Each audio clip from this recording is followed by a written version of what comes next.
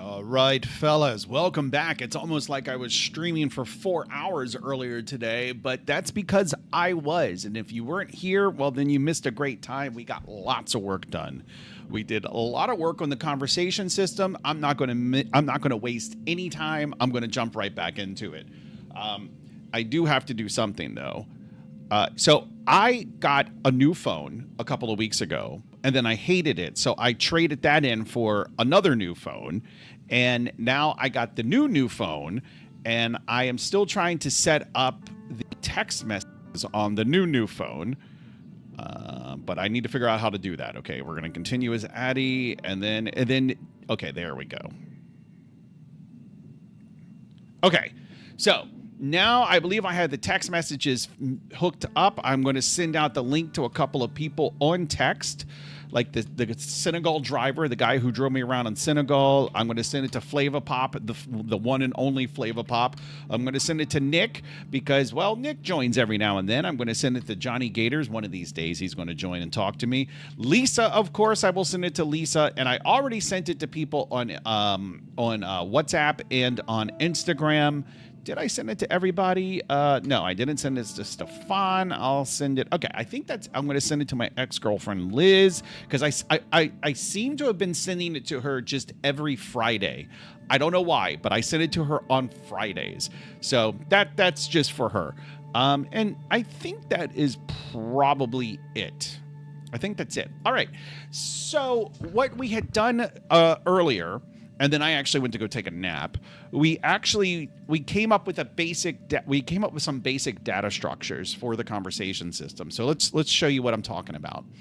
Here's an introduction, and this will get invoked after you after you say hello to the NPC, right? And the NPC will say, "Move along, sir. Curfew begins in 10 minutes." And then this option says, okay, or this dialogue line, it will give you 3 options, which are down here. Let me turn on the mouse highlighter to give you these 3 options here. And then you can either be respectful, you can be disrespectful, or you can ignore completely. And so what we do then, and let's say that you want to be disrespectful. So then we go to this option here, and that means you will respond with, like, "You look like a clown." And there's also "screw off, jerk," because you have 2 lines here. I just realized something. So there's 2 lines here. And what will happen is it will randomly pick between these 2 lines. And then now with these 2 lines, now it'll display whichever one it picks. And then from there, since we have the auto advanced option selected, we will then auto advance to the first option here. And this is so if I go back, which I should have gone back, we responded disrespectfully because he said, "Move along, sir," and we responded disrespectfully. So we said, "You look like a clown." And then the NPC responds to you automatically saying, "Get back inside or I'll bash your skull," or "Before I bash your skull." And then you can continue to be disrespectful by saying, apparently by saying nothing. Did I not save that earlier? Okay, wait a minute. What about this? Okay, so you can be respectful and say, "Sorry, I didn't mean to offend you." And then from there, the conversation just ends. So, but you can continue to be disrespectful, and by saying, we'll say, "I'm not scared of you." And then at this point, the NPC would become aggro and the conversation ends here. Okay, so we had this is why I keep doing these reviews. This is why that I keep going over this and kind of repeat myself. If you watched earlier, you would notice that, like, I tend to repeat myself over and over and over because I want to make sure it is correct. All right, so what we need to do now is we need to actually start with displaying these things. So we need to attach a conversation to an NPC. How do we want to do that? If we go to the game asset roots, we go to NPCs. We have exactly 1 NPC active, and this is this guy. So he's an interactable interactable enemy, right? And what we need there's certain requirements we need to think about, right? We need to think about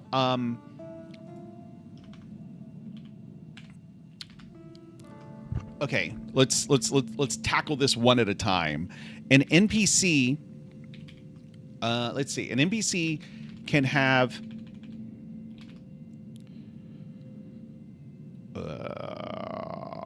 okay, well, let's see what the AI. Okay, so the AI is saying that an NPC can have multiple conversations, and the conversation that is available to the player can change depending on the state of the game. Okay, that's more or less what I wanted to say. For example, maybe an NPC has one conversation that is available before you complete a certain mission, and then after you complete the mission, a new conversation becomes available. Okay, so that might... okay, I think that's like a version 1.2. We're not going to tackle that right away, but we will. But we are going to need to tackle that before this feature is considered initial revision complete. Let me pay attention right here for a second.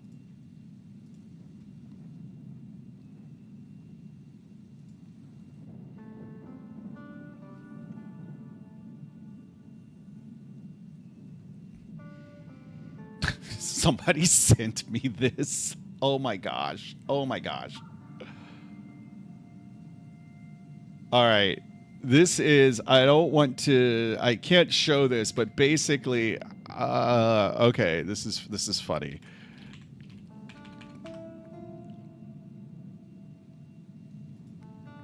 Jonathan Turtle crypto scam. I want to see this. How the world's oldest tortoise got caught up in a crypto scam. So this was sent to me because the person who sent it to me, they know that I went to St. Helena last year. And on St. Helena is this turtle named Jonathan, very famous. He's like the world's oldest turtle. So let me see how he got wrapped up in a crypto scam. A fake death, a crypto scam, and the world's oldest tortoise. Yes, this is all the same story. And the tortoise at the center of it all is Jonathan.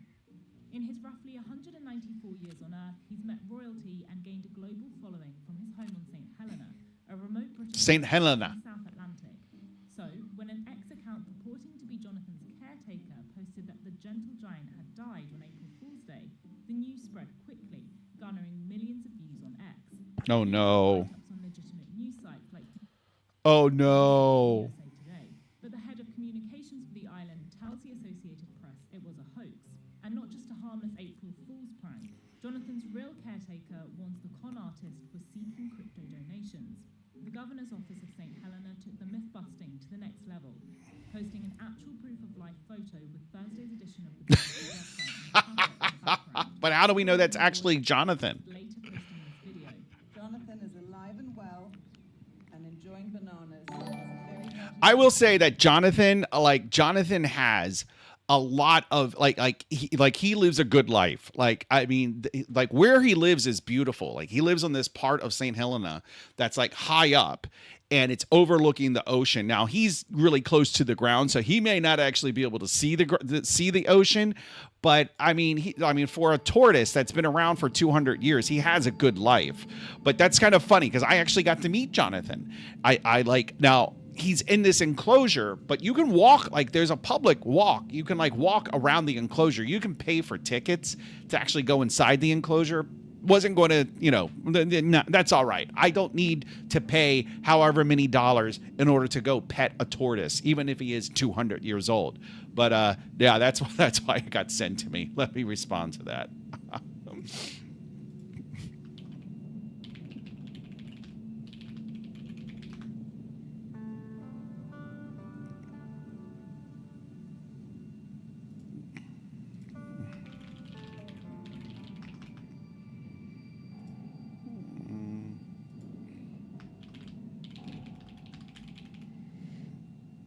Give me 1 second.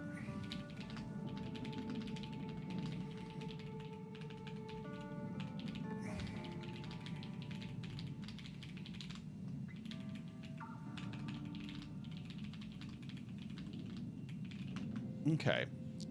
I was explaining to somebody how much streaming I did today. and it was a lot. And I'm like, I wish that I could stream this. I wish I could stream my day job, because like streaming really helps me stay focused. Now I know you guys are like, what? Like you're probably thinking like, what? But like honestly, it does help me stay focused. Matthew says Mermaid is my new favorite Markdown feature. I swear, it is amazing. I'm just continuously impressed with Mermaid. Like I'm just like over and over, I'm impressed with it. Like as a matter of fact, I don't want to even write this game anymore. I just want to write Mermaid charts. Like I don't want to program the game. I just want to design the entire game using Mermaid charts. That's it. It's amazing. And then I don't know if you saw it earlier, Matthew, but I was using the official Mermaid chart editor, which is also just like freaking great. I think I closed it, but the actual editor is really good too. Can I find it? Yeah. This is actually really good. It's so this is like my new favorite tool. Like when my coworker told me about, like, I want to kiss him, like, because he told me about Mermaid. Matthew says making a new repo just to use Mermaid, right? Right? Like I want to use it everywhere. So the website for that is mermaid.ai. Let me,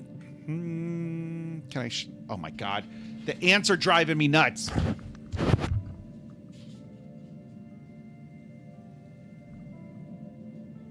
And I can't let them live. I can't let an ant disrespect me like that. I'm literally trying to think of excuses to use it now. Yes, that's why I was like, hey, if you want an excuse to use it, Matthew, like, I believe you still have a ticket open. Well, maybe you could help diagram unit tests with it. Just saying. I don't know how that would work. Or you could, you had that other ticket in the other repo open, because apparently you don't believe in closing tickets. So I'm just saying, you could invent. Let's see. Wait, is there any update on that ticket? Let's see. Okay, issues right here. Develop a backstory, and nope, still closed. Yep. Matthew, you're being demoted. Yep, being demoted. I've been very unfocused on myself the last few days. Okay. All right, so let's see. Okay, so anyway, what I want to do is I need to do the UI portion. I'm actually glad Matthew is here. So we need to attach conversations to the NPCs. We will deal with the entire aspect of certain conversations will be available after certain conditions. We'll deal with that in a little bit. I think right now we just start off with like one conversation per NPC, and we're even going to make it repeatable, and so just start with the basics, just the basics, ma'am. So interactable, item interactable. I thought I got rid of that. Oh, no. Let me see. Item interactable. I think that could be renamed.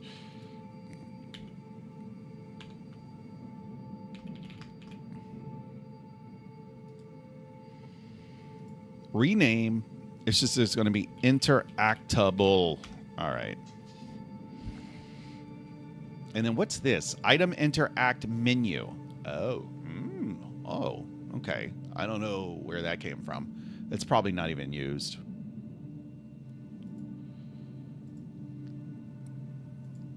Oh my God, Unity. You're killing me, Unity. You're killing me. Okay, so let's go back to this guy, and we're gonna figure out how to. Okay, so we go to, what was it? It was interactable enemy NPC. I think is interactable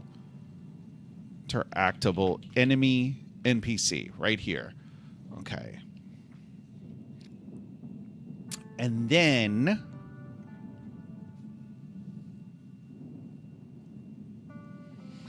so we only have, all right, interactions, and then we can have a public Conversation, scriptable object conversation. So this is the conversation that the NPC can have when you click the converse button. And then down here, we have conversation 1.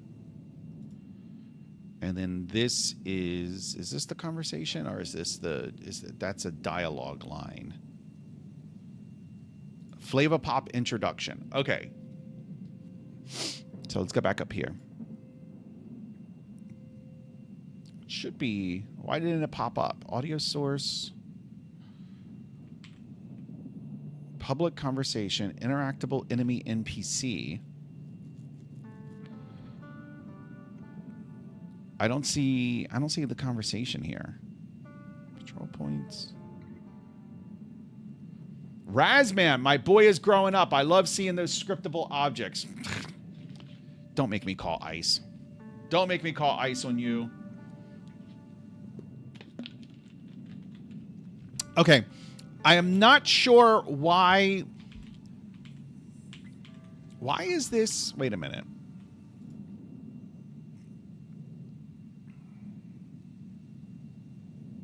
Why is that not showing up? Let's just, for giggles, let's just make it a serialized field.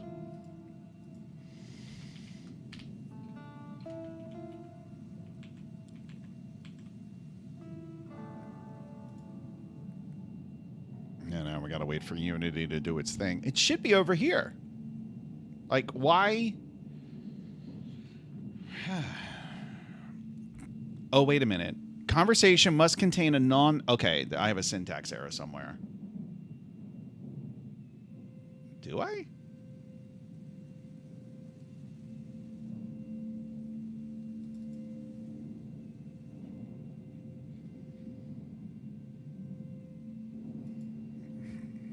All right, wait a minute. No, that looks good. Okay. Interactable enemy NPC, line 22. Line 22 is this. And this is telling me non-nullable field conversation must contain a non-null value when exiting the constructor. Okay, so can I do this? This is just like some syntactical shortcut that I always do. Or just like some kind of like, all right, well, you know, you really want to bitch, then I'll just do that.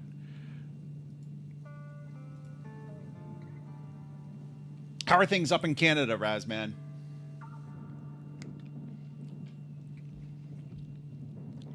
How's it? I mean, how's everybody up in Canada? Very polite. I mean, how long you've lived there a while now? I mean, I've been to Canada many times. As an American, it's kind of like you have to go to Canada just to see what like if you have that sissy little brother, like you go. That's what Canada is. Like the little. So Canada, like if you think about North America, right? Like the United States is like the big brother. And Mexico is like the Irish twin of the big brother. And if you don't know the term Irish twin means that you're two children that are less than a year apart. So you're not actually twins, you're Irish twins, right? Because I guess Irish women like getting banged out after they just pushed a baby out. Something, I don't know. But that's a term that I grew up with, Irish twins. So you have North America, the big brother, or sorry, you have America, which is the big brother, the United States. You have Mexico, which is the younger Irish twin. So they're always like fighting and, but they get along, they love each other, but they roughhouse a lot. And Canada is like the youngest boy who you just know, oh, he's going to grow up to be gay. Like, he's like, yeah, he's definitely going to be gay. He's going to be so gay. That's Canada. All good. I'm going to graduate in 3 weeks. Yeah, people is not nice. Is just normal not to gaslight someone that is not white. Wait. Yeah, people is not nice. Is just normal not to gaslight someone that is not white. I'm not sure I understand that. It's not... Okay. It's just... I assume you're saying it's just normal not to gaslight someone that is not white. There's too many negatives in that. So I can reverse them. So you're saying it's normal to gaslight white people. It's normal to gaslight white people. in Canada. Okay, you're literally saying it's normal to gaslight white people in Canada. Oh, there's the conversation. It popped up. It took a minute, but it did pop up. All right, let me pay attention here for a second. Oh, well, what do you mean? Well, what are you trying to say? So double negatives are very common in Spanish. I know this. And I'm not even like trying to be like a smartass, right? But double negatives are very common in Spanish. And they mean that, like, they don't cancel each other out. They mean the negative. I'm trying to think of an example. I can't think of an example. No quiero nada. No quiero nada. No means no. Quiero means I want. And nada means nothing. No quiero nada. I don't want nothing. So that's a double negative, but it literally means like I don't want anything. I don't want anything. But in English, if you said I don't want nothing, you would be like that doesn't make sense. So I'm wondering if that's what's happening here. Is Razman's kind of like doing double negative construction because it sounds normal in Spanish, but it doesn't quite work in English. Yeah, no quiero nada is perfectly valid Spanish. No comí nada. I didn't eat anything. Comí, past tense of comer, which is to eat. No comí nada. I didn't eat anything. But, wait, better? What do you mean better? You didn't send anything. Better what? I still don't understand. Yeah, people are not nice. It's not, like, rephrase that sentence. I'm trying to understand what you want to say, because I'm super curious to know what you were talking about with these Canadians. Canadians remind me a little bit of Californians, where they're like, I'll talk about that in a second. Let me respond right here.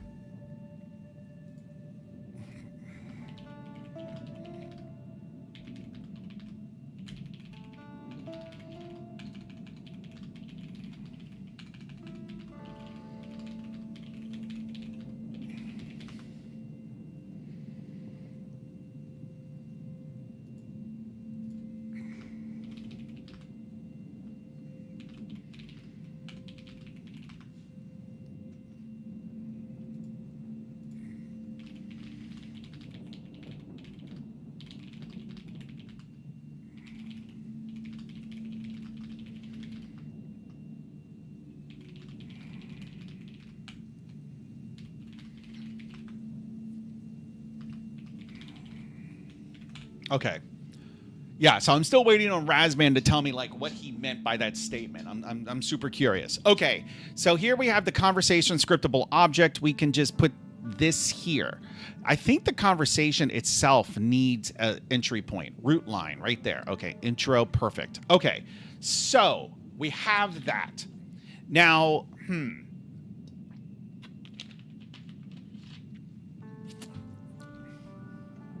intro. I think we can kind of, okay, so if we have a dialogue line, where's dialogue line? Dialogue line, data dialogue line, reference. There's too many dialogue lines. Don't I have just a regular flat dialogue line class? No, I have a dialogue line scriptable object.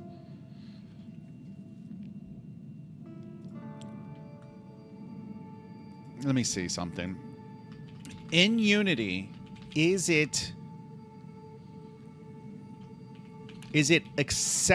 acceptable practice to put functionality in a scriptable object class? Probably. If not false, right line, readable, no, valid. No, it's not. Yes, it is considered an acceptable and powerful practice to put functionality in scriptable objects. Okay, perfect. So in that case, what we're going to do... Oh, wait, that's the scriptable... Oh, wait, what? Who? Oh, wait. Oh, no. Wait. Am I losing my mind?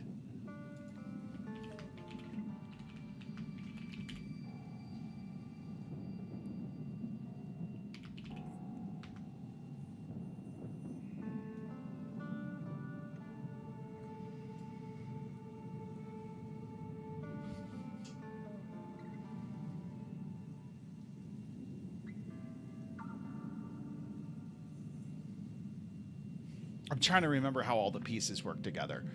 I'm Lisa is in the house. Oh my God. Hi, I'm at work, so I might not answer right now, but at least you're listening. And you know what, Lisa, I had pizza you know what? I'm going to go get that pizza. Actually, I got to pee really bad. I'm going to go pee and I'm going to grab the pizza. I'll be right back. Stay there, guys. I'll be right back. I'll be right back.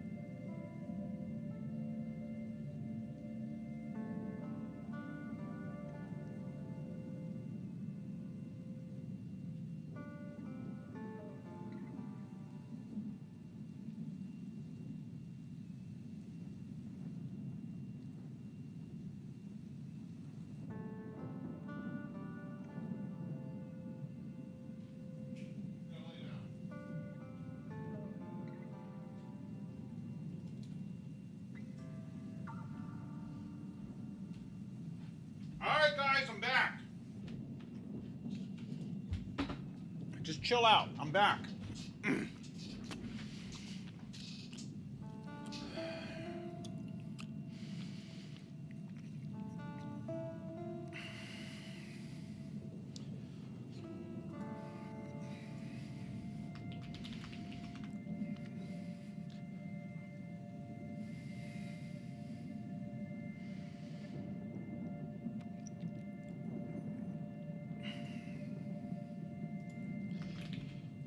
One sec.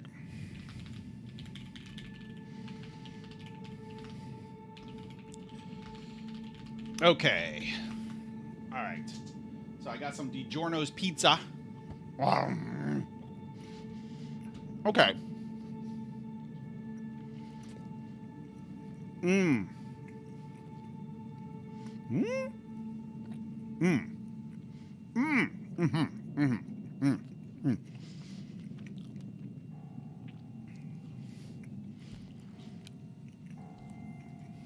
Okay, all I wanted was to just print out I just want to literally just print out the dial. I just want to do a debug print.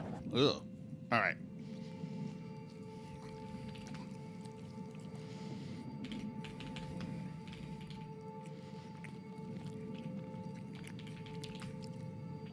Interactable enemy NPC. And then we come down here, unconverse, right? We should not have if this conversation equals null, we just quit out early. Okay. Now, assuming it's not null,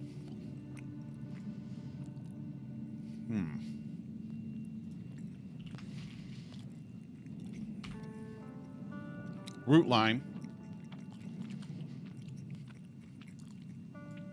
title.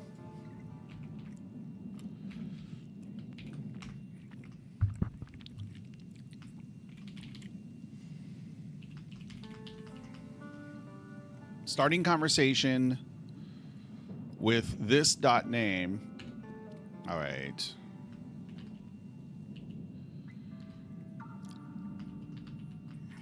Oh my gosh.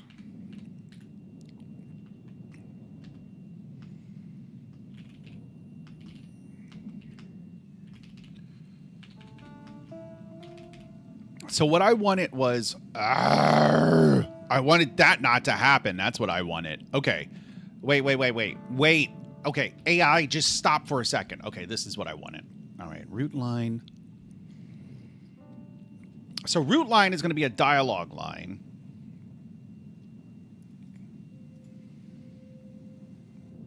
Yes. A dialogue line scriptable object. Dialogue line. Okay. So that's the title. No. The title is going to be an option. The title is going to be the label of the options. I need to write this down. Okay.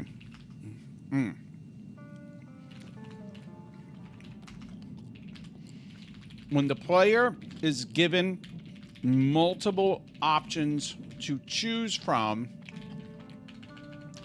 this, comma. I need a comma. This is the text that will be shown for the player to select. Okay. So what we want is we want an actual line from the root line.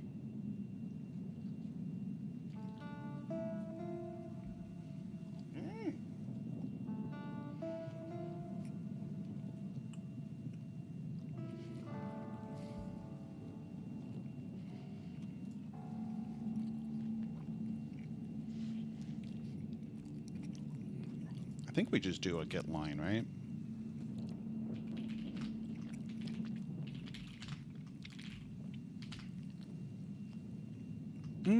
No.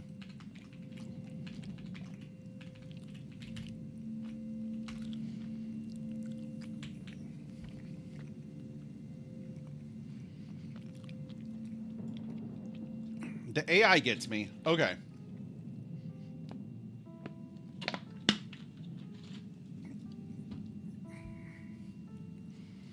So this would literally just be get random line dot text. Okay.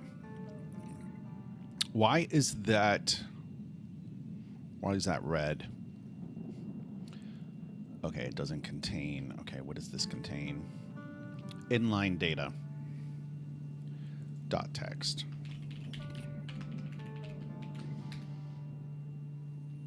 Okay. Perfect.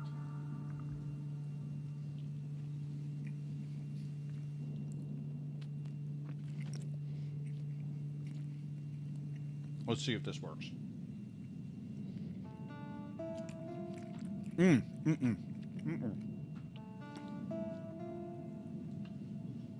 a minute. We can do better. Come on. Come on!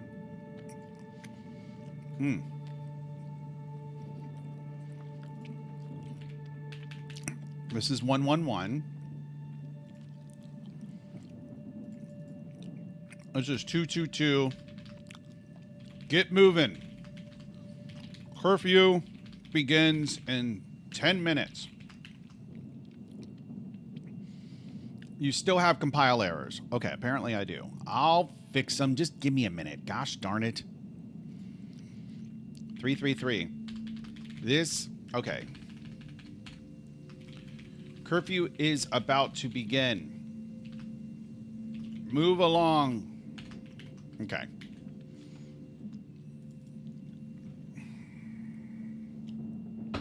What's my compile error?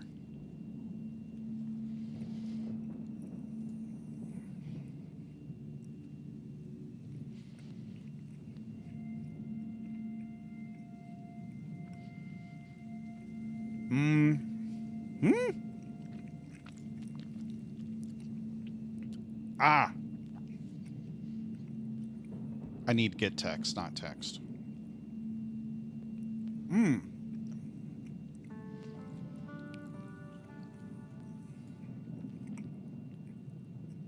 Wait a minute.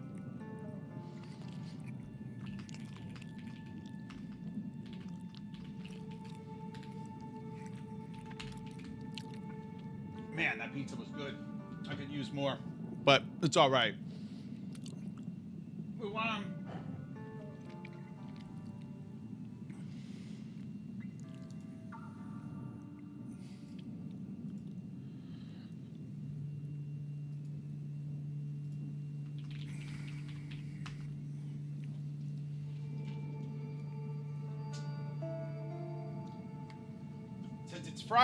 Since it's Friday, I'm indulging with a couple more, with like a little extra soda.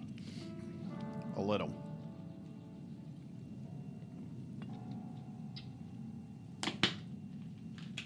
All right. Okay. So it should randomly pick one of these. Let's just see if it works. It sounds like a beer.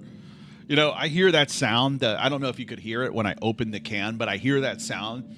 And all I think about is like one of my alcoholic stepdads, because my mother has amazing taste in men. Just one of my alcoholic stepdads opening up a beer can. Yeah. All right, here we go. Converse.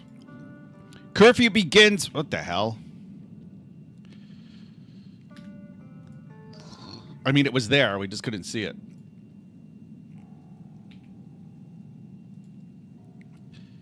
Move along, sir. Curfew begins in 10 minutes. Curfew is about to begin. Move on. Okay, so why is he an unknown state? That's interesting in and of itself.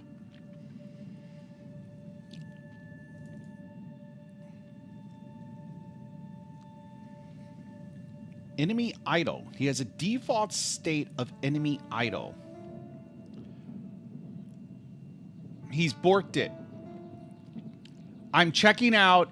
Email when it's fixed. Oh, so you're what do you mean you're checking out? You're checking out the code, or you're checking out of the stream? Or like, what are you talking about? And why does this guy not have a valid state? Am I throwing an exception somewhere? What's going on?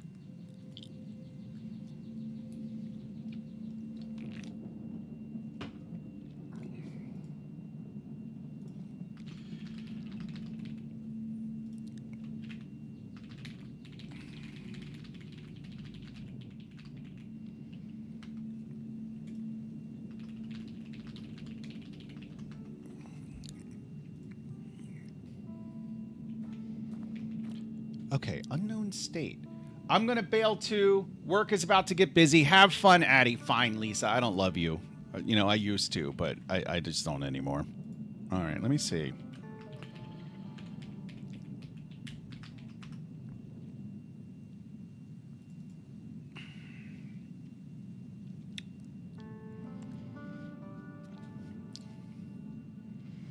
So it's like the current state is the current state null?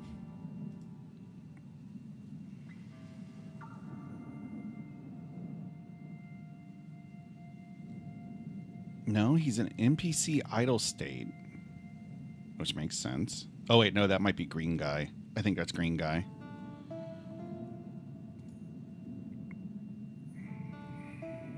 No, it's the player.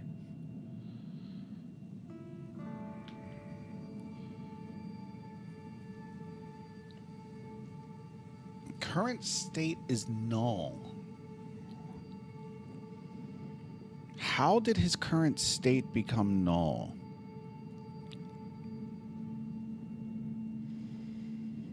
It must have something to do with him being an interactable enemy NPC.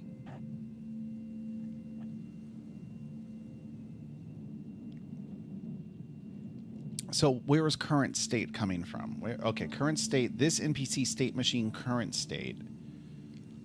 Okay.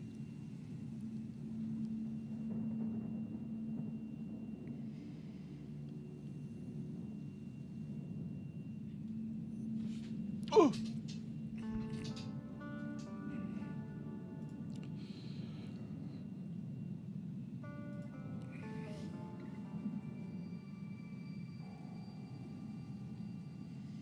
Something is wrong with because he was an enemy NPC.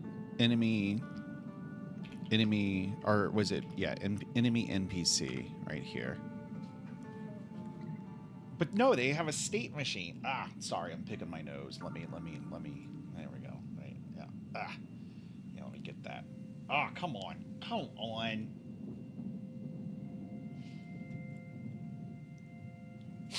Trying to get up in there. Ah. All right. Oh, that tastes good. That's delicious. No, I've never actually eaten a booger. I mean, obviously by accident, but I've never actually purposely eaten a booger.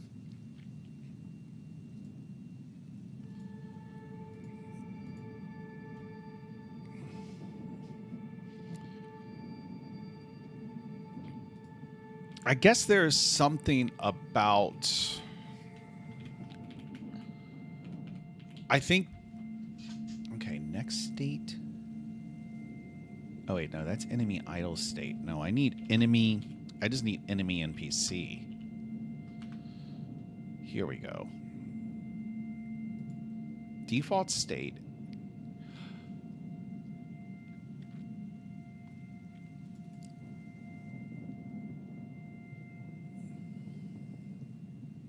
Is this being called? Let's figure that out.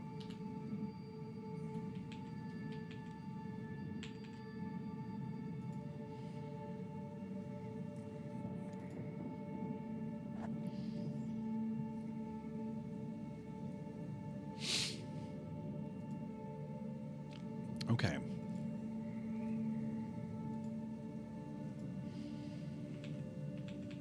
Did I get that in time? I don't know if I got it in time. I think I did. Yeah, I did.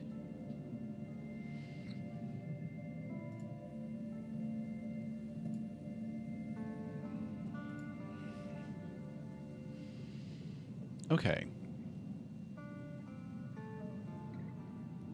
Enemy idle, create state. If state equals null, no. Enemy idle state. State machine set state state. Okay. So that's working.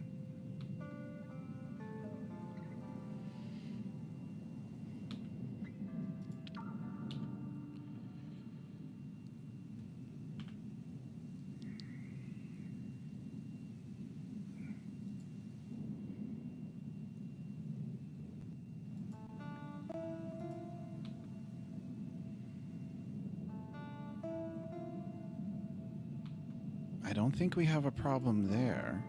State machine's updating. But for some reason... Okay, current state idle. Is this green guy? Or let's disable green guy, actually. Let's just eliminate it.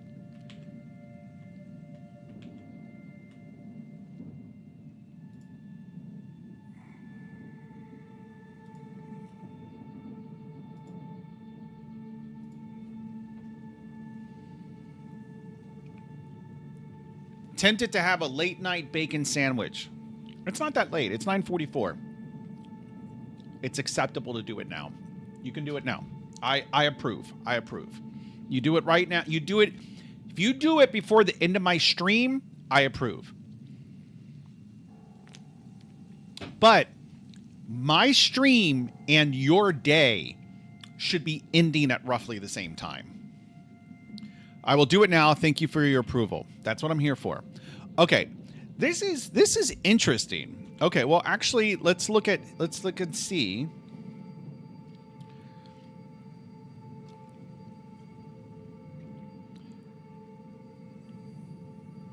Wait a minute. I think I want debug info. And then I should be able to look at the state machine, I think. Maybe not. There's his default state. Could it be a bug in what's being displayed? I think it has something to do with the fact that interactable enemy NPC is derived from enemy NPC. I think it has something to do with that. And that enemy NPC was not originally written with the idea of being virtual. So start. But then, of course, this begs the question, how long has it been? And, you know, that's one of those things that unit tests would have picked up if we had functioning unit tests. But apparently, unit tests are impossible. They are a luxury. They are something that apparently only senior Unity developers can do. So you got to live with what you got. All right. Honestly, yeah. No, I wanted to tell this story earlier, and it was about the importance of unit tests. And well, actually, I'll wait for Matthew to come back to the keyboard while he's cooking. No, I'll talk to it now. So I'm gonna deviate from this for a little bit, and I'm gonna talk about my day job. My day job as of like, I don't know, 5-6 years ago. So the product we work on, without getting into too much detail, it's basically like it's a glorified packet sniffer on crack, like on meth. It's on crack and meth. It's like the Flavor Pop of packet sniffers, right? Like if you ever use Wireshark, it's like Wireshark for an enterprise. Okay. So what it does at a very, very high level, it looks at network traffic and it creates meta. Meta just being data about data, right? So you might have like, let's think about network traffic and what are the common things that are in network traffic. You will have like, I mean, look at packets. That's what network traffic is. All traffic that goes from one computer to another computer is in a packet. There's different types of packets, TCP, UDP, whatever. Well, who's it or what's it, you know? But they all have some basic things in common. They have like an IP source. That is the IP of the computer that made the request, that sent the request that the packet is coming from, or it's the source of the packet. Something sent the packet. IP source is going to be the IP of the computer that sent the packet. IP dest, it's the IP of the computer that's going to receive the packet. So those are like two things that are like in every single packet, right? Because without those two things, how does the packet know where to go? But then there's other things, right? So think about the example I like to use is a web request. A web request will have like a line like get https www.google.com, right? And then it might have then you might have like your headers and like it has a bunch of stuff, right? But like this get would be the method. So if you're thinking in terms of what kind of meta data do I want to create from this network traffic? Well, in the case of web traffic, and I mean web pages or HTTP traffic, one might be method, right? That might be a piece. And in this case, it would be a get. Another might be host name, which is, the host name of where the traffic is going, which in this case is google.com. Okay. So what I'm trying to do is I'm trying to explain to you what meta is. And think about also and it's not just HTTP traffic. It could also be SMTP traffic, which is email. So you might have a to user, right? And that might be Matthew at grindr.com. And then a from user, and that might be not sure at silverbears.com, right? So these are the types of things. These are the types of metadata. Now, when this system was written, the system that I work on that does this, it was originally written in like 2008, 2009. The web was very, very different back then, right? Think about the internet from 2008 compared to today, nearly 20 years later. It's a very different world. There's lots of things that are similar, like YouTube, Twitter, but the majority of the traffic that is now going across the internet has changed. Think about these as just normal data structures, right? So this is just kind of in its simplest term, the meta that we're talking about, it's kind of just a key value pair. Okay. And so when you want to start thinking about, okay, well, how am I going to store this in my data? Like, how am I going to store this in a database? How am I going to store this in memory? And then also, let's assume that you are writing for reasons that we will not get into, but just assume that you are writing your own proprietary database on this for this data. And which still in many ways is superior to anything on the market, but that's beside the point. So you start thinking about these limitations, because you're going to have to put limitations, and one limitation you might put is on the length of a piece of meta. So think about, like, could you have a piece of meta that is a message of the email? You could, but you have to cut it off at some point, because let's say the length of the message is 12 gigs. Are you going to have a value that is literally 12 gigs worth of data? No, that would be absurd. So, but are you going to limit it to just 1 byte? No, that would also be absurd. So somewhere in the middle is a cohesive or an acceptable value, an acceptable maximum length of these pieces of meta. So in 2008, when this software was written, as I mentioned, the web was a very, very different world. The maximum length was 256 bytes, which, when you think about it, is okay. It's probably going to be fine in many, many cases, because typically, like when you do data analysis, often the important parts of the data, the parts of the data that you are most interested in, tend to be at the beginning of the data. This is also the same for network sessions. And what I mean by a session is, like, think about a computer that makes a web request, and then that web server responds, and then, like, there's a back and forth that happens. That could be a session. So, and typically in sessions, the most interesting part is at the beginning, right? Like if you're like Netflix and you're like, oh, hey, I'm signed in. Okay, great. Okay, now send me this movie. Great. And so the interesting part is this user signed in and he requested this movie. And then now you have gigs of just movie data. That's not really interesting. Matthew says, we mostly send receive strings at work. Client reads and responds accordingly. So you're talking about application layer network traffic. I'm talking about network layer traffic.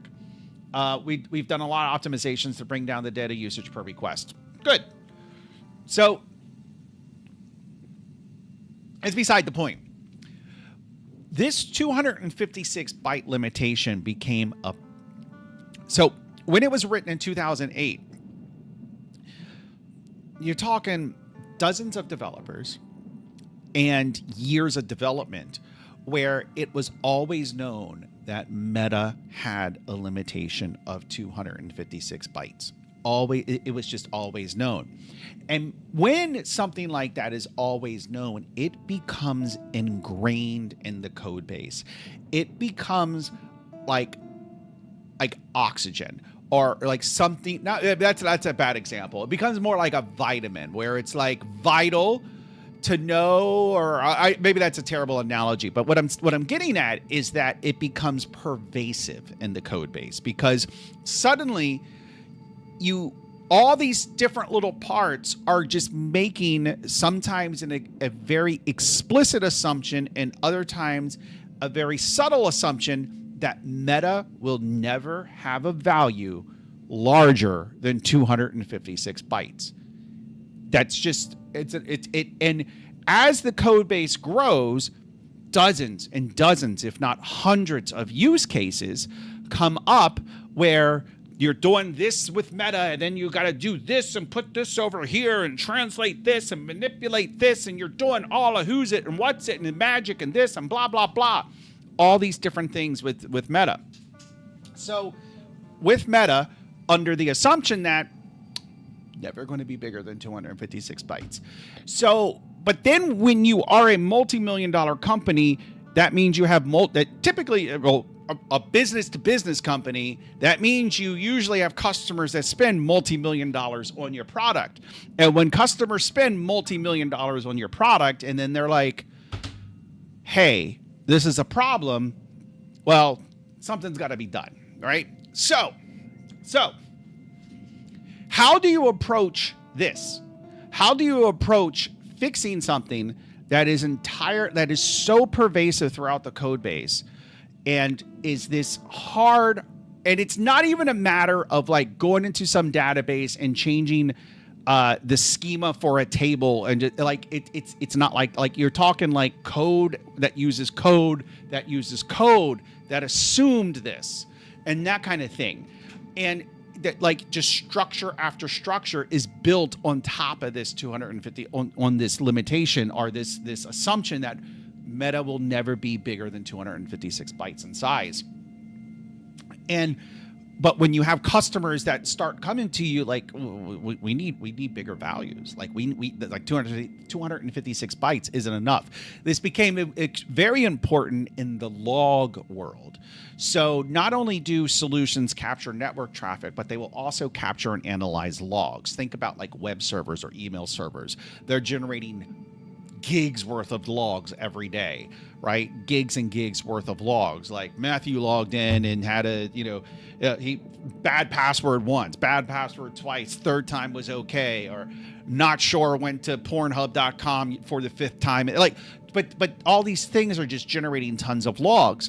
But the log messages themselves started becoming like bigger than 256 bytes, and well, that's a bad statement to make. But anyway, but it became PowerShell. That was it. PowerShell command. That was the real crux of the issue, because we needed to be able to store the entire, like certain PowerShell commands in a piece of meta, and it was not unusual for PowerShell commands to be larger than 256 bytes, and so this became a real crux. This became a real issue. And so when I started looking at this, when I started looking at how to change this in a code base that is, at that time, it was about 600,000 or 700,000 lines of code, dozens of different modules, and just hundreds of different source files. And the first thing I did before I started, not the first thing I did. The first thing I did was start kind of understanding how I was going to approach it, understanding what I was going to change, the types of things that would be changing. But before I made any changes, this was an area where unit tests were invaluable. Like, it would not have gone as smoothly as it did. Not that it went smoothly. I mean, it went fairly smoothly. There were hiccups. Of course there were. But it would have been infinitely worse had it not been for unit tests. Because the first thing I did was I look at all the different places where we're using meta. I look at the existing unit tests. And then, like, the unit test, if the unit test is saying, like, oh, we want to extract this thing out of this pattern and we're expecting it to be this result, you could break that. Like, of course you could break like that. That's easily breakable. Anyway, the point of that is like, that is probably one of the, if not the best example I can think of where unit tests are so important, where, like I said, like, I wouldn't even start making that change until I felt comfortable that the unit test provided adequate coverage for how this 256 byte limit was, or how meta was used, really. And they save your ass. They save your ass. So the point of this is, Matthew, you need to embrace unit tests. You need to embrace, especially as your code base grows. Anyway, but I like that story because I'm probably not telling it very well, but it's just, to me, that's one of the best examples of unit tests and their power. Okay, back to this, but back to the real power, and that is the power of entertainment, my power that I provide to you. Okay, all right, I'm just going to leave that there. Okay, what did I want to do? Oh yeah, the state. Why is the state screwed up?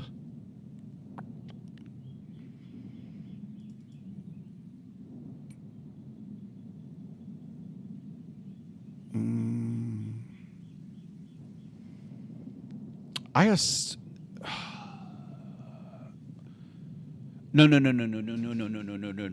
Wait.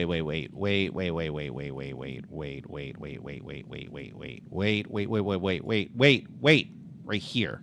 Okay, let me run this. I want to see. Okay, so if the current state is null, but I want to look at what state machine looks like when it's null.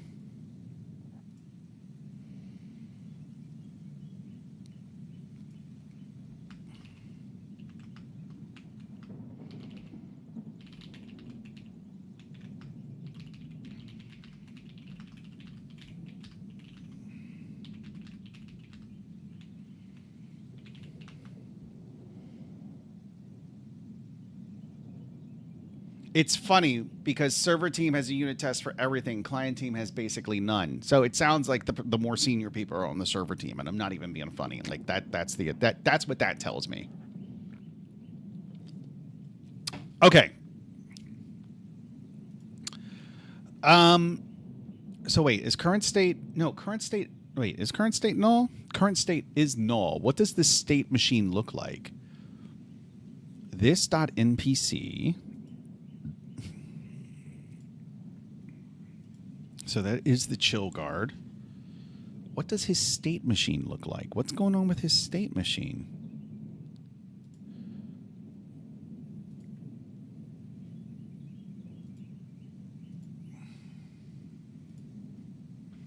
And where is Not Sure been? Where is he?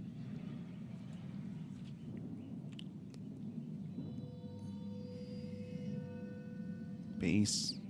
State machine. Okay, here we go. Current state null. How did it get null?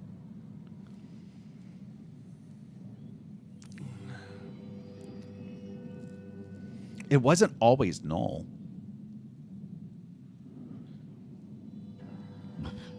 You're back with your bacon sandwich? Are there eggs and is there mayonnaise? Or is this like some disgusting like some disgusting English thing? Ugh, like with bacon and like I'm trying to think of something that goes terribly with bacon, but there really isn't anything that goes bad with bacon. Like bacon and Jesus Christ, I literally can't think of anything that would go bad with bacon. No, just bacon and ketchup. Oh, you had to ruin it. Oh, you had to ruin it. I also toasted a hot cross. Like ketchup? Ugh. I mean, ketchup's fine, but no. No, mayonnaise is where it's at. You got to embrace mayonnaise. Okay. I got to embrace why this is broken. Let me do this. Let me see. Let's narrow it down. Let's disable interact. Let's make him an enemy NPC and see if that fixes it. Then we at least can track down. We can at least narrow the issue.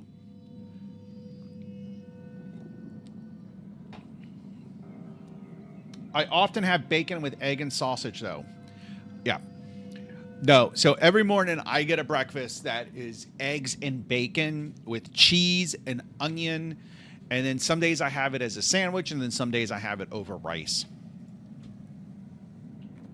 I might see if I can get one of those on my way on my evening. Okay, so enemy idle state. So it definitely has something to do with. I feel like this is one of those things where I should just be able to eyeball it. Enemy. Okay, so I'm like this is.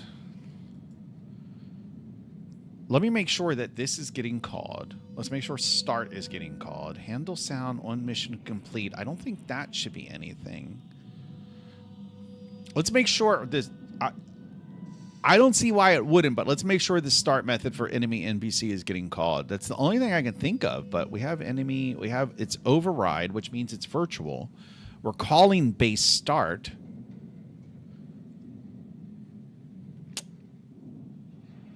There's also the fact that default state is private, but it's only used once, so I don't think that has anything to do with it.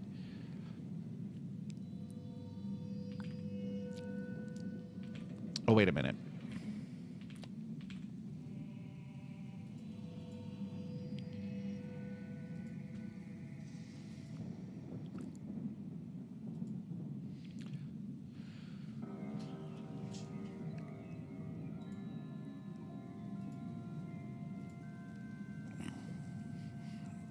I have pigged out. Like the past like week or two, I have I've just been a little piggy. I've just been Mr. Piggy. Okay, wait a minute. Did I not attach it to Unity? I didn't. Okay, I want to make sure that gets called. This start method over here on the right-hand side. No, I'm encouraged by the progress that we've made. I don't think the UI is necessarily going to be that big of a deal. And then if that's not a big deal, I think we might be able to knock out like this conversation feature this weekend. That's my goal. Definitely would like to get it done before I go to Portugal. And then I think I mentioned it on the stream today. I found out today that the customer I was supposed to go visit in South Korea no longer wants. They're like, oh no, we're busy with internal stuff. And I'm like, motherfucker.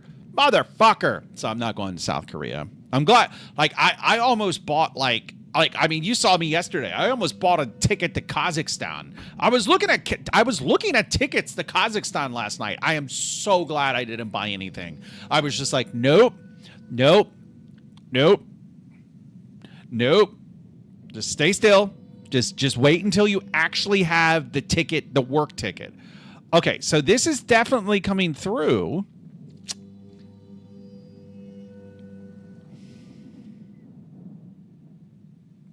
I do not see what else it could be.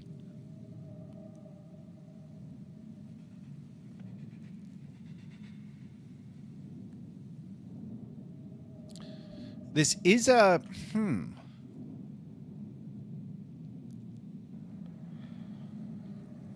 Okay, I have another idea.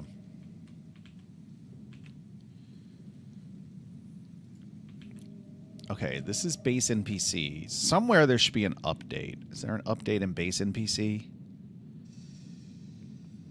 Yes, there is. Okay, so what I'm going to do... State machine return null. Here's what I'm going to do.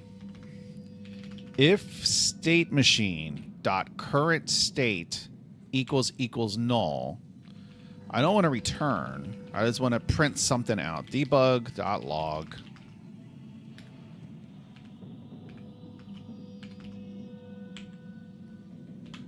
And then I want to set a breakpoint here. Because we need to understand when and why the current state's getting wiped out.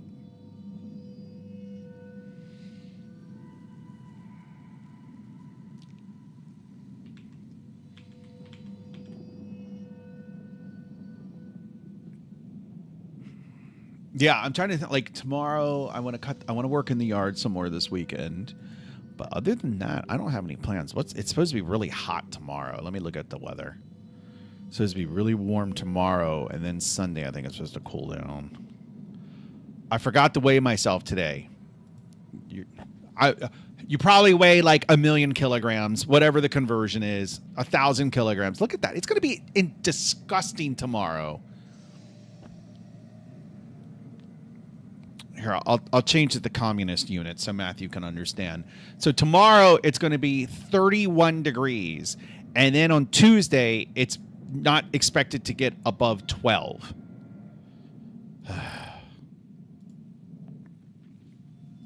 Let me look at Lisbon.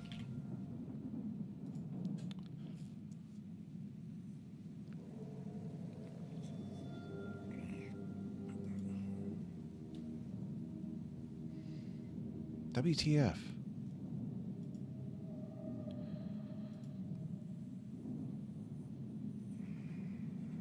No, okay. Lisbon has schizophrenic weather, much like we do.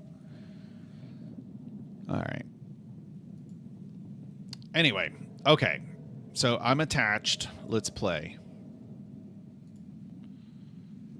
Although I've also been a bit heavy on the calories, so I probably don't want to. Yeah, the past 2 weeks have been really bad. Somebody is trying to fatten me up. I'm convinced of it. I'm convinced that somebody is trying to make me fat.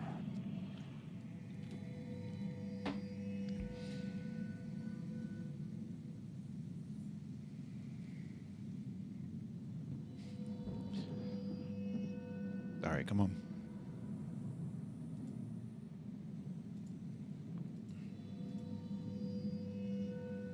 I press play. Come on.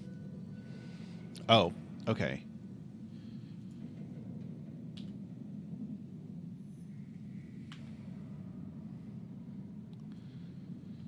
Okay.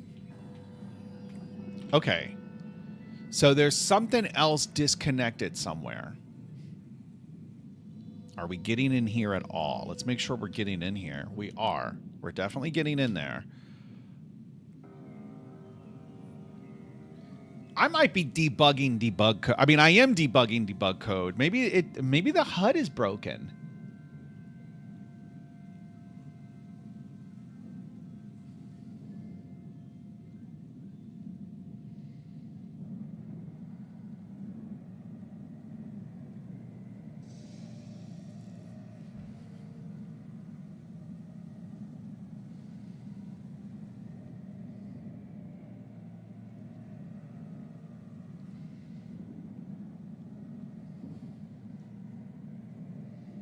If state text is not equal to null,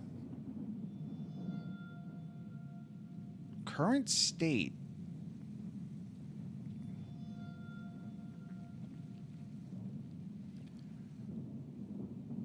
okay.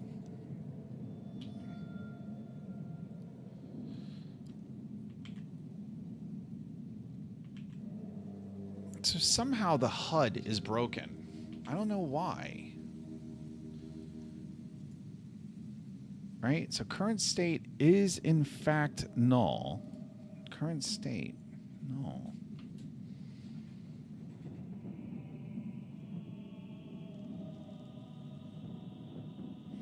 Okay, well, what is this? This NPC.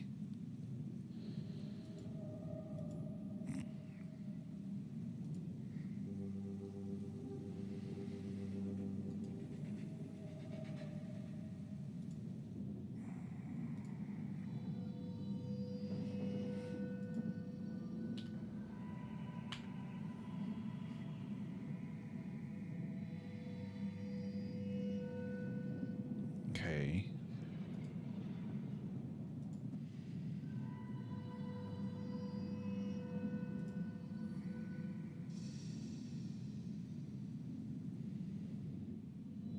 What? Okay, somewhere there is a cast going on.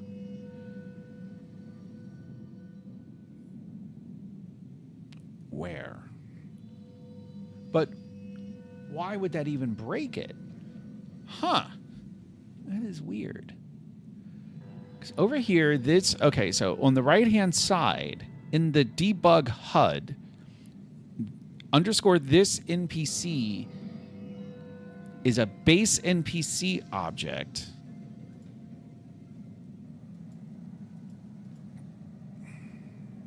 Wait a minute. It's a base NPC object with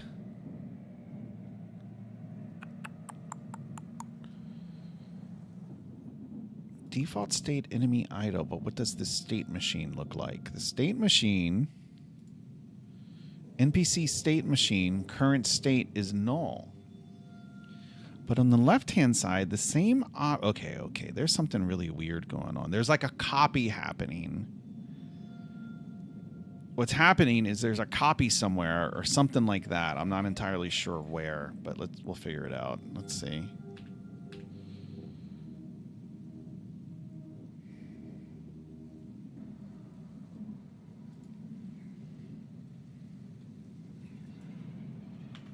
Right, we're on the left-hand side now.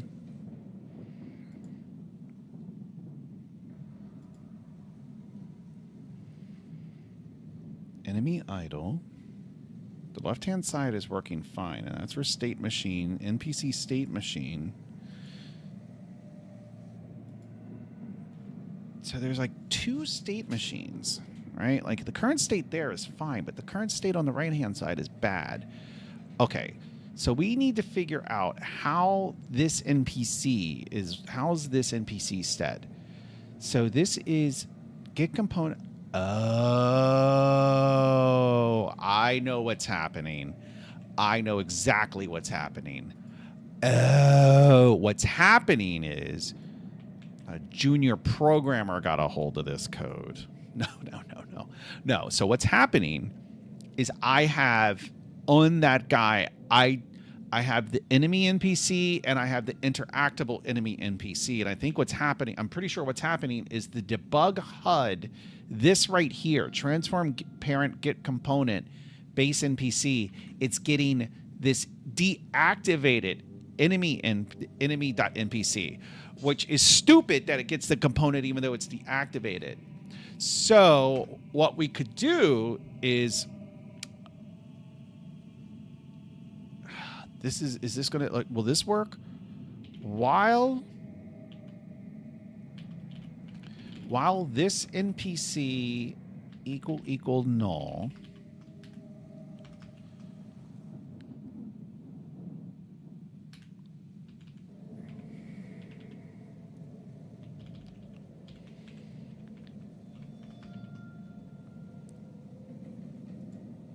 if this NPC, okay, let me see. Well, this actually should go outside of the while statement.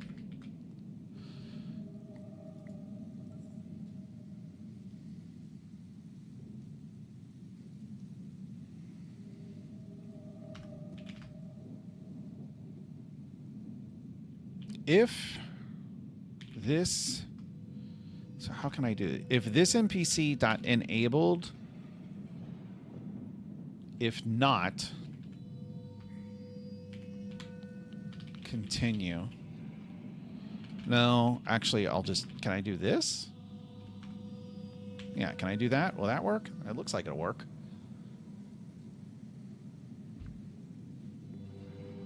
Okay. You don't need the while. Well, how can I get an enabled one? Is there another call to like get component? Is there another get component call or something? Let me see if this works. Just conceptually, I want to make sure that this works.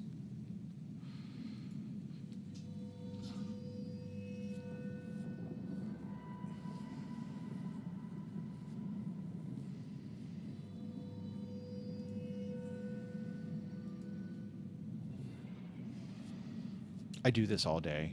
I brush my beard, or comb my beard more specifically. I comb my beard all day long.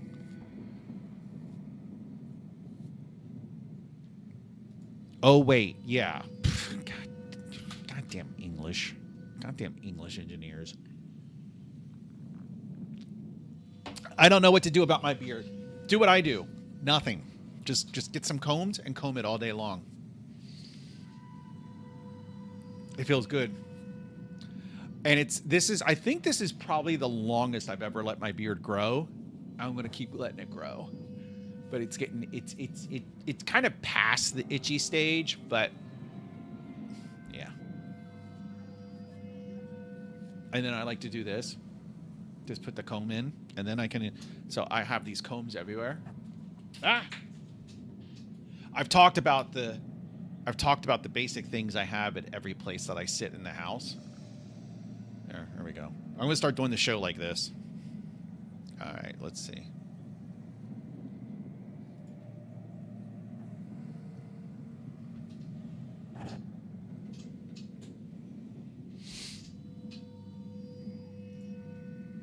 What's going on? I thought I pressed play like a million times. Excuse me. Okay, let's stop.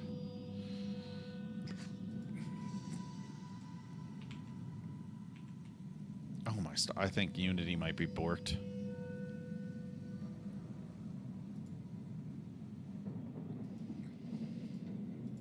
Yeah.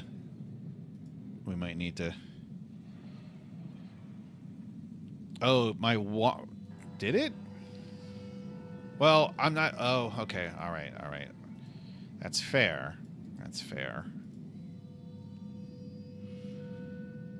Should still be a way to get out of that. But. All right. What did I screw up? What? How did the world of logic fail me? It's not my fault. It's logic that failed. While this NPC equals null, it should find one. All right, I guess it's a little heavy-handed, but it should have found it.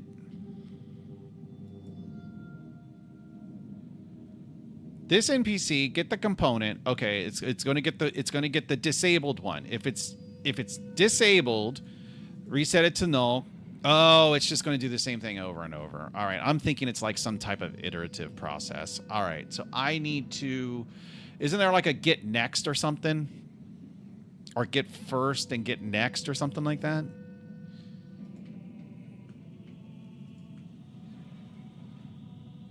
There's try get component. Get component.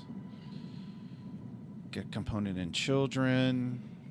You can loop through all... No. You can loop through all components. Ugh.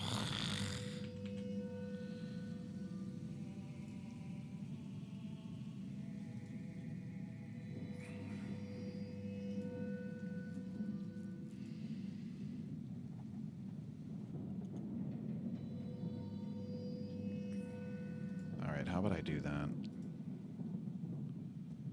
Or just get interact... No, I don't want to do just get interactable enemy NPC. You should know why that doesn't work. You should know why that wouldn't work.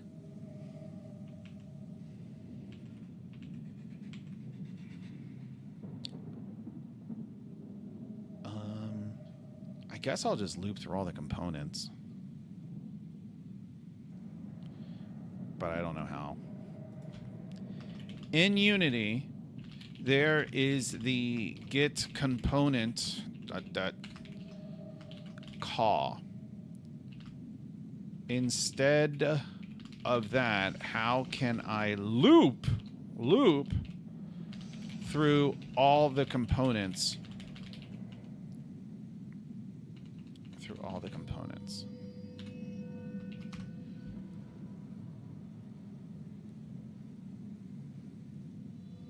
I am getting it as a base NPC. Oh, okay. This should work.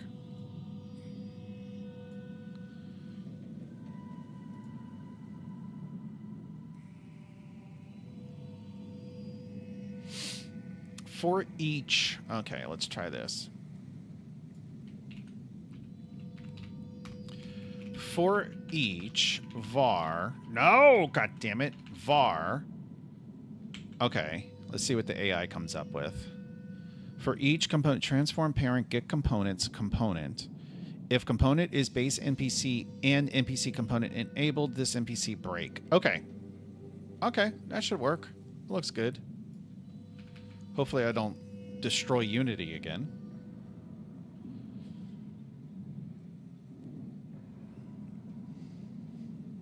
All right.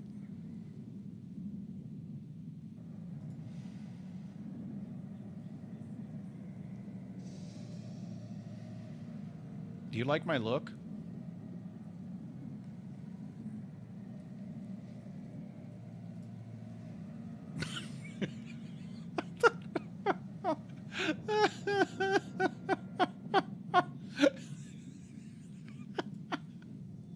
I look like an idiot. It's awesome. I love it. Okay. All right, I have a good feeling about this one. There should be no no infinite loop here.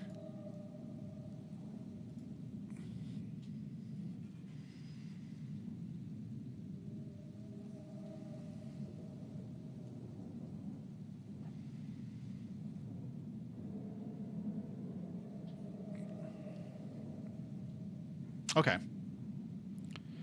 This is good. Current state has a valid state, so he should have a valid label now. Okay, I was going to say, is there whatever? Perfect. All right.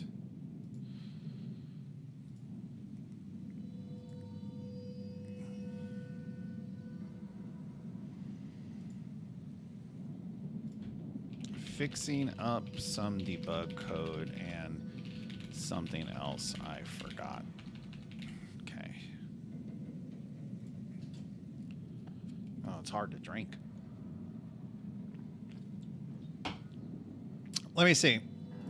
Let's see. I'll put that there.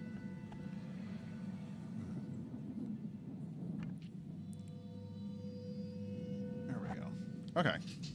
No, I think that's good. It's kind of symmetric. It's even on both sides. That's good. This is good. Okay. What was I working on before we had that little segue? I completely forgot.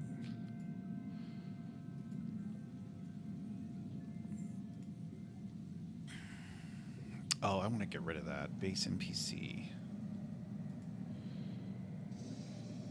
Yeah, I want to get rid of this. Probably do not want to do a debug log and update. What about this? Excuse me. Excuse me. All right, what was this? Get a random line.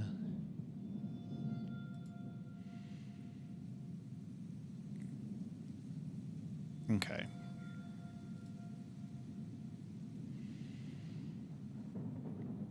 Oh, camera. All right.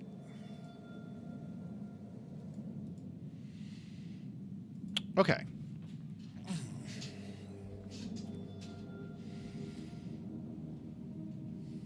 Oh, this one's gonna really fall. This is gonna fall.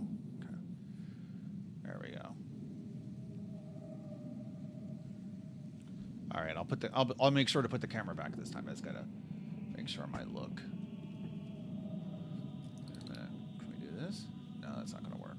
All right, let's do that there.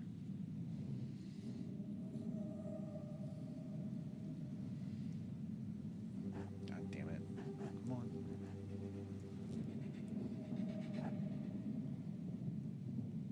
I can't put my head down there. That's the problem. There we go. All right. I think that's good. Okay. All right. Okay. So I guess I need to address the part that I've kind of been dreading. Now I did thought I created an overlay for it already, didn't I? Yeah. Conversation HUD. So I gotta remember how to do this. I gotta add a panel. No, I gotta add a canvas. And then to the canvas, I have to add a panel. Up. All right, we'll just stick to one. Okay. So I think that's right. So we'll go UI, canvas. I'm just gonna call it canvas. And then to the canvas, I need to add a panel.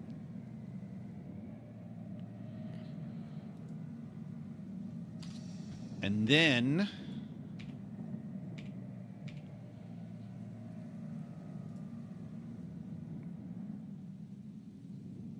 is that correct?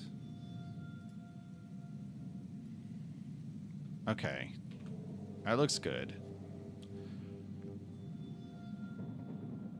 So if I scale it down, right?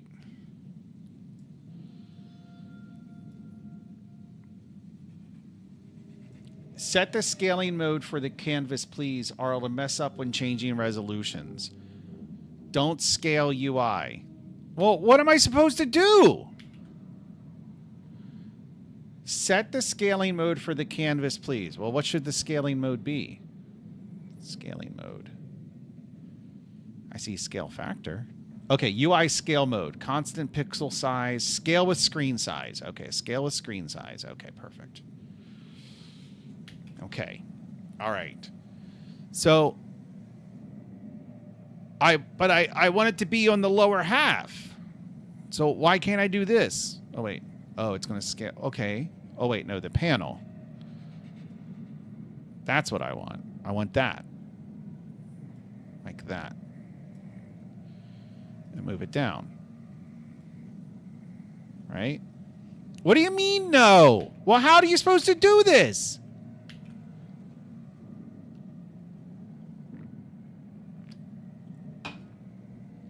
1920 by 1080. Oh. 1920. No, not 19. 1920 by 1080. Okay. We got that. That's the canvas. Then set max Y anchor. Max Y anchor to 0.5. What does that do? Set max Y anchor to 0.5.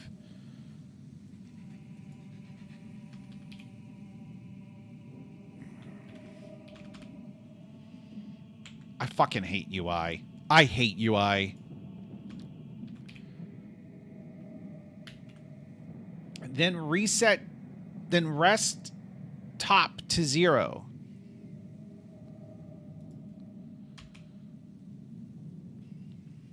Why does that work? I'm trying to understand why that works. Anchors. The anchor is where it's anchored. Okay, 0.5 is halfway through the screen, I guess. So the maximum Y. Well, wait. The top left hand is 0, 0. The bottom is 1, 1, I'm guessing. Like, I mean, whatever it is, right? But I'm just going to go with the integers, but or like, you know, a scale. So the top left is 1 or 0, 0. The bottom right is 1, 1. 0, 0. 0, 0's bottom left? Okay. Like a normal graph, like mathematics. Okay, I can work with that. So 0, 0, so then top right is 1, 1. Okay. So you're saying the anchor,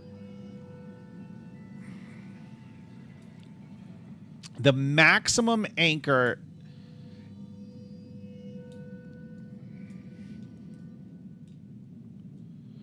oh, okay. So if this is 0.5,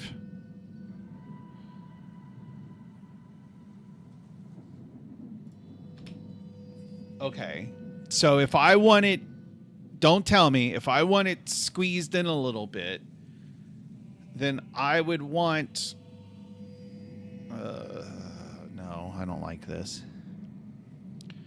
Like if I want it squeezed in by 0.25, so then, no, 0.75, and then right would be 1? No, that's not. It's close, but not quite. 0? No.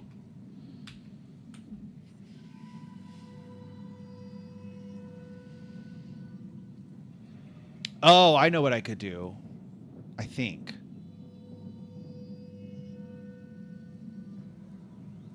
Wait. Is the top right 1, 1? Like, is it 1, 1? Are those the values of the top right and it's just scaled in between? Think of anchor values as percent of screen width and height. That's why I'm saying, like, is the top right 1, 1? So what I was going to say is, like, the minimum X would be 0.25, and then the maximum X would be 0.75. And then I would want left to be 0 and right to be 1. No. God damn it. Left to be 0 and right to be 1. Oh. It actually worked. Okay. But I want it a little wider. So set both to 0. Why would I set both to 0?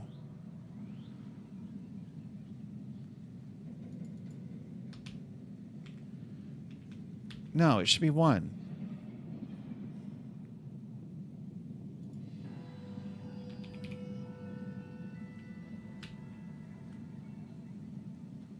The top values are pixels. What do you mean? The top values are pixels. It doesn't help me any. You told it to match the anchor, but add 1 pixel extra. What? This makes no sense. Okay. So I'm saying that, okay, so 0.25 says that the leftmost anchor. Okay. It says the leftmost anchor is at 0.25, 25% inside the screen. So this box, in theory, is half the screen's width, but it's adjusted over to start at 25% in. Okay.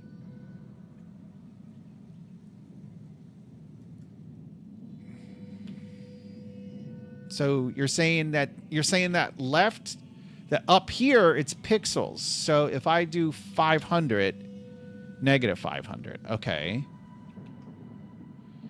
Negative 100, okay. What about 100? And that squeezes it. That squeezes it more. Okay. Okay. So top, left, right, bottom. Okay. All right. All right. Okay. So if I want it to be a little bit bigger,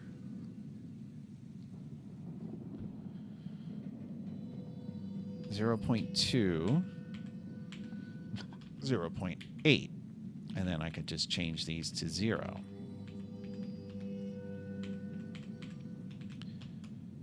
Okay. All right. Okay. Okay. Okay. All right. I think I got this. Okay.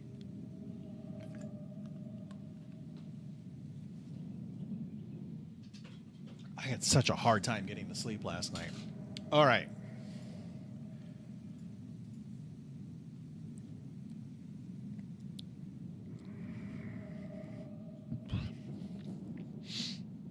Now there was a control that basically allows you to do like HTML.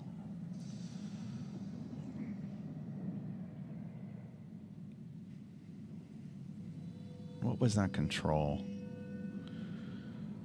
There was something. There was like some view that was essentially allowed you to do like you could put like, it had a markup language essentially. The hell was it? UI toolkit maybe? UI document. I think that was it.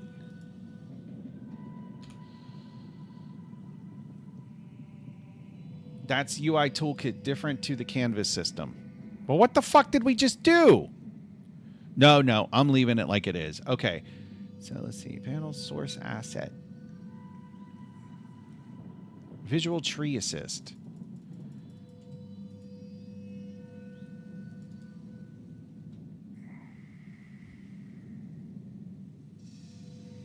Wait, there's an AI. Oh, okay.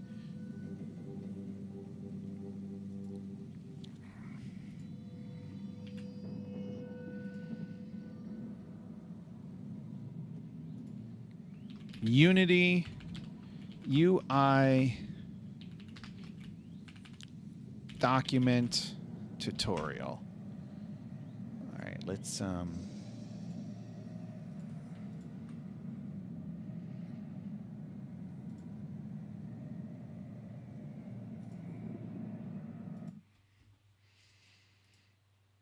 User interfaces are a significant part of anyone's game development journey. Mm-hmm. No matter what kind of game you're working on, to get started working. What was that? Was that a behavior tree? UI tooling, both I saw. Anyone's game development journey. Oh wait, that's his game. What kind of game you're working on? Okay. Oh, that's City Skylines. Probably Okay. at some point in time, also developing a user interface for your user UI tooling, just UI system. I think you'll agree that while it's a fairly robust set of tools, Unity UI definitely comes with a lot of drawbacks. There's a somewhat archaic result that looks good. They've been working on an alternative. Okay. And while I've been keeping my eye on it, it hadn't really been something that I was excited to go with what I knew. This talk at Unite, things changed. 3, showcasing a number of different improvements added to the latest version of the package, things changed. And I'm now well and truly on board the train to UI Toolkit Town. Okay, let's just get to the picture. Just get to the point. Custom component in C# and how we can expose properties and behaviors to be usable inside the UI Builder window. Okay. We'll then look at how to use the Painter tools to draw our own radial progress bar component from scratch. Okay, I don't want to do that. You may be thinking, wait a minute, there's a fully functional runtime UI solution in Unity already. And yes, there are drawbacks of Unity's older UI system.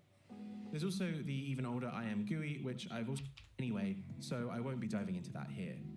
The point is, for the past couple of years, there and Didn't you just say this? That has shifted the pendulum slightly.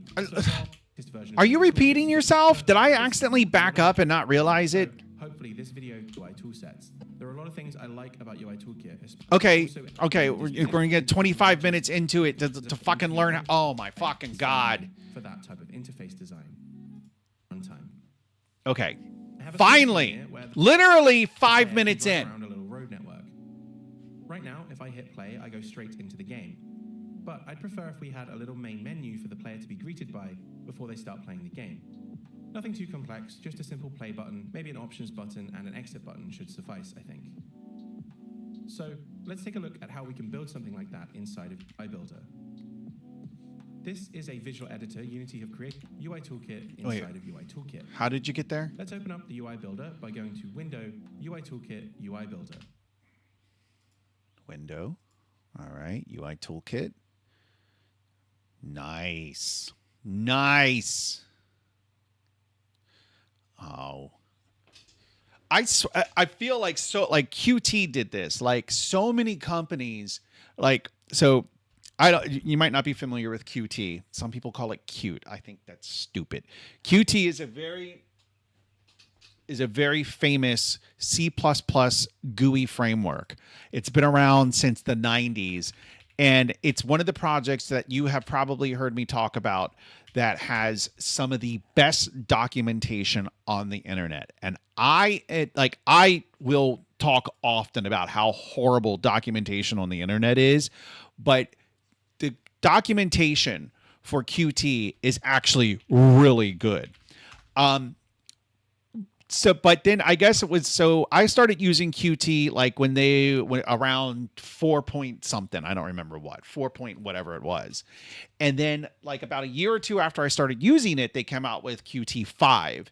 And then that's when they came out with like their own markup. I guess they had the markup language had been around for a while, but they really tried to like really get people using it in Qt 5. And so they brought like this, I don't know if I have it installed, but they brought with it like this host of tools to basically Qt Designer. What is that?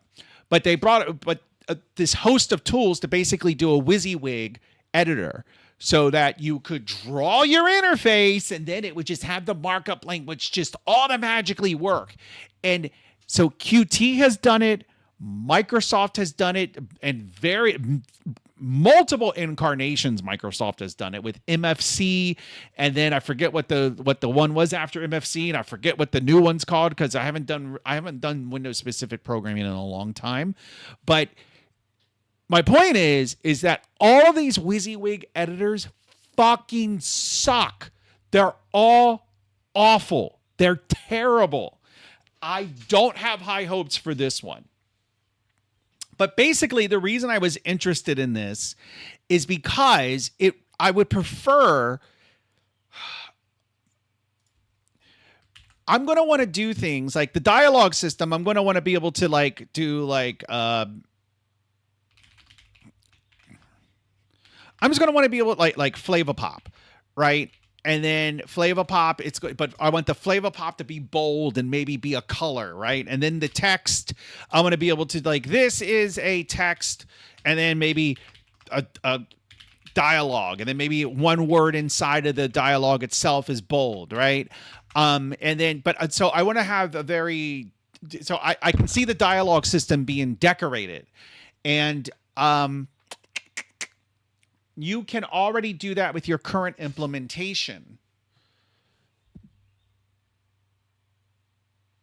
Are you saying that like text elements and text elements?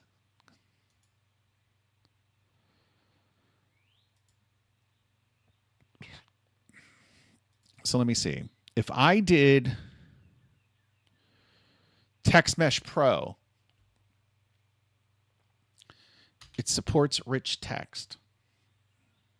I mean, that might suffice. Enable RTL editor. RTL input. Oh, right to left. I was like, what the fuck is RTL?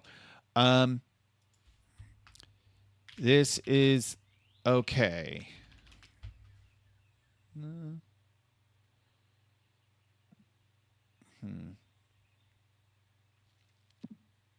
What is that noise? I keep hearing some noise.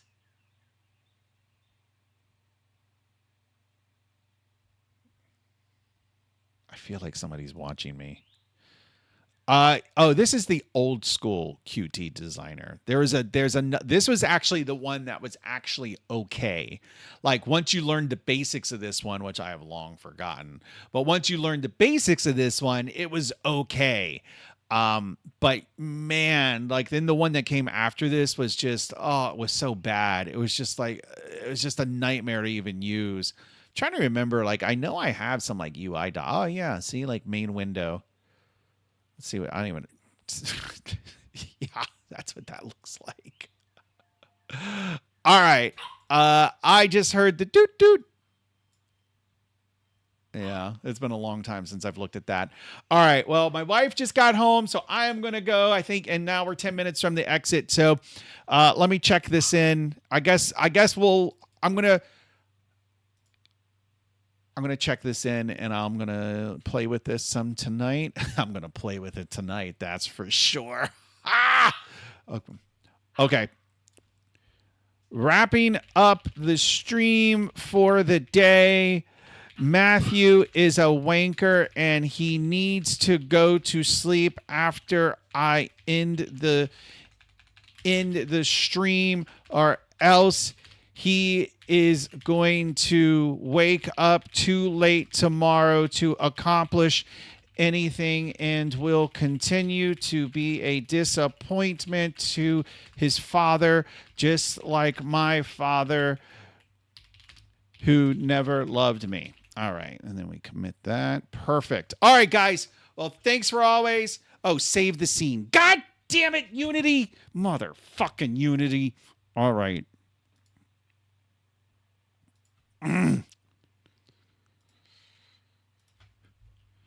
Fuck you, Unity, and the Englishmen you rode in on. All right, there we go. All right, boys. Yep. As always, it's Friday, so hope you enjoy your weekend. I will probably be doing some streaming over the weekend, and if for some reason I don't, I will see you here on Monday. All right, boys.